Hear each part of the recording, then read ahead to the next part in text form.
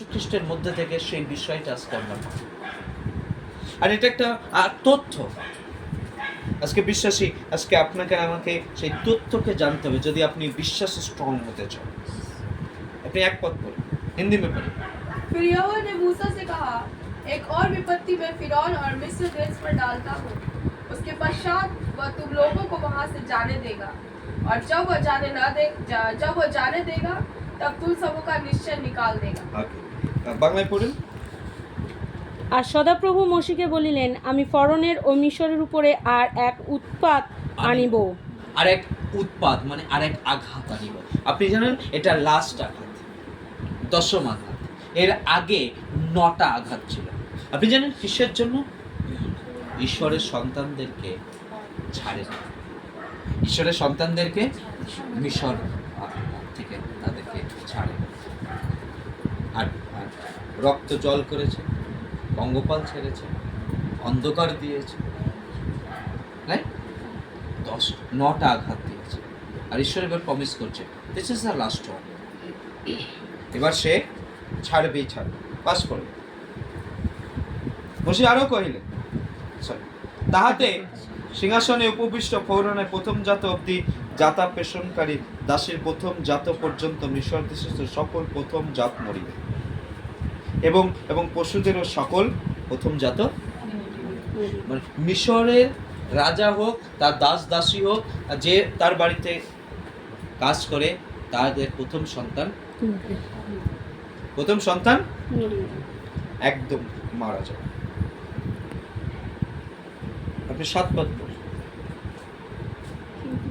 কিন্তু সমস্ত ইসরায়েল সন্তানের মধ্যে মনুষ্যের কি পশুর বিরুদ্ধে একটা কুকুরও জিহ্বা দোলাইবে না, যেন আপনারা জানিতে পারেন যে সদাপ্রভু মিশ্রীয় দিগতে ও ইসরায়েলে প্রভেদ করেন।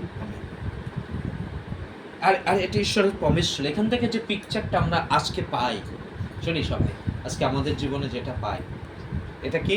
ঈশ্বর কি বলছে? আমার লোককে এ ছাড়বে। যদি না ছাড়ে তাহলে আমি এই দশম আঘাত এর জন্য এনেছি, আর এটা দ্বারা ছাড়বে।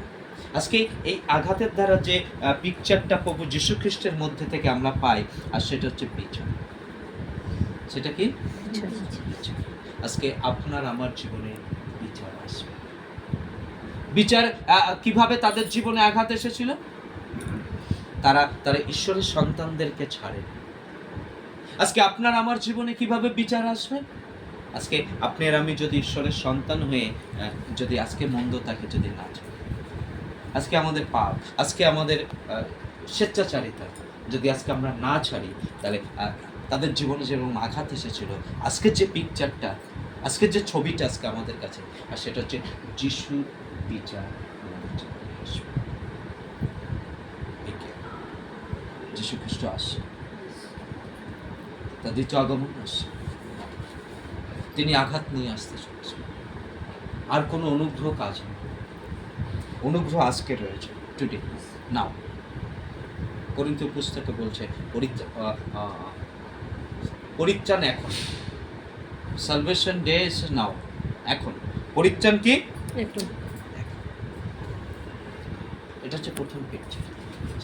সেজন্য আমরা আরাধনা করি, প্রার্থনা করি, যাই করি, যেন আমরা বিচার থেকে যেন রক্ষা পাই, যেন তার যিশু যখন আসবে যেন তার অনুগ্রহ যেন আমাদের মধ্যে থাকে, যেন আমি যেন বিচারিত না হই, তার অনুগ্রহ প্রযুক্ত যেন আমরা তার সাথে আমরা চলে যাই। Hallelujah.